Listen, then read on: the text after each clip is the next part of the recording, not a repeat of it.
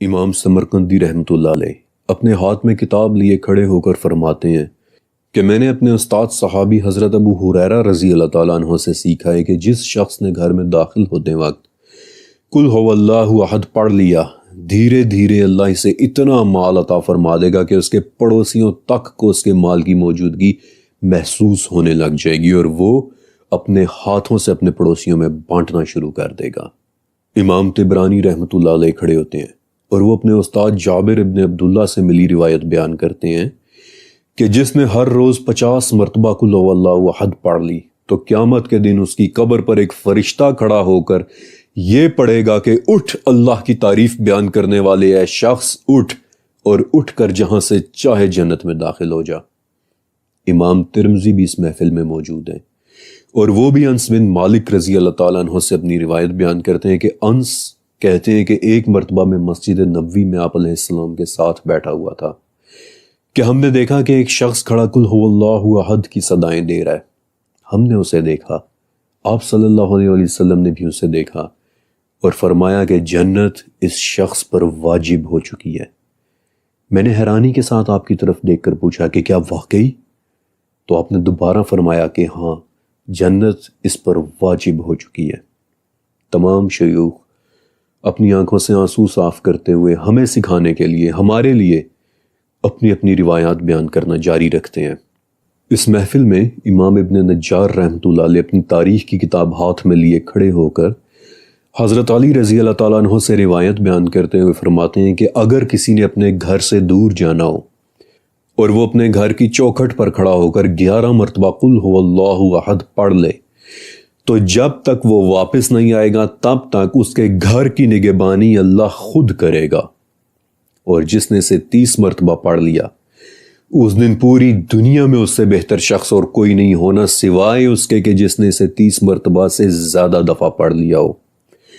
اور جو اسے 1000 مرتبہ پڑھ لے گا وہ تب تک نہیں مرے گا کہ جب تک جنت میں اسے اس کا اپنا گھر نہ دکھا دیا جائے۔ ان تمام شیوخ کی روایات کے بعد حضرت امام بخاری رحمۃ اللہ علیہ کھڑے ہو کر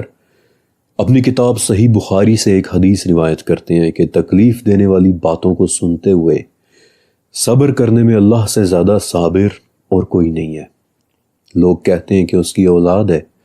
جبکہ وہ کہتا ہے کہ اے ابن آدم میں تنہا ہوں، میں ایک ہوں، میں اکیلا ہوں، میں بے نیاز ہوں، نہ میری کوئی اولاد ہے اور نہ مجھے کسی اور نے پیدا کیا ہے، بلکہ مجھ جیسا اور کوئی بھی نہیں ہے، لیکن پھر بھی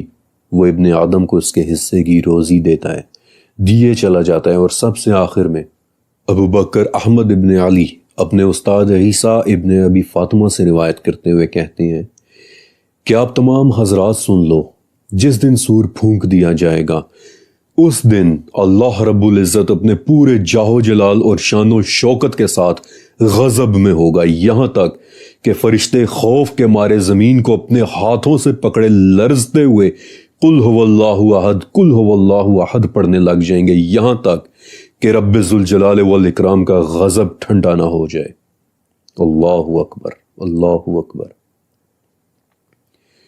آج تابعین کی یہ محفل توحید کی محفل تھی، اور آج ہم نے اس میں جو کچھ آبزرو کیا ہے، جو کچھ یہاں سے سیکھا ہے، وہ تمام قرآن کے تیسرے حصے کے برابر ہے۔ وحدانیت، اللہ کی وحدانیت۔ کہہ دو کہ اللہ ایک ہے، اللہ بے نیاز ہے، نہ اس کی کوئی اولاد ہے اور نہ اسے کسی نے پیدا کیا ہے، اور کوئی بھی ایسا نہیں ہے کہ جو اس کے جیسا ہو۔ آج کی یہ محفل دلوں کو ہلا کر رکھ دینے والی تھی۔ یہ وہ محفل تھی کہ جس کا پیغام دینے کے لیے نبی علیہ السلام نے ابو جہل کے ساتھ آئے 25 سرداروں کو کہہ دیا تھا کہ تم لوگ چاہے میرے ہاتھ پر سورج اور چاند رکھ دو تب بھی میں یہ کہنا نہیں چھوڑوں گا کہ نہیں کوئی معبود سوائے اس اکیلے اللہ کے۔ آج کی اس محفل میں آنے نے میرے دل کو ہلا کر رکھ دیا، اور مجھے نہیں لگتا کہ اب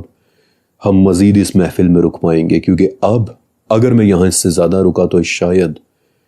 میں اپنے آنسوؤں پر قابو نہیں رکھ سکوں گا۔ اس لیے آج وقت میں ہمارا یہ سفر صرف یہیں تک۔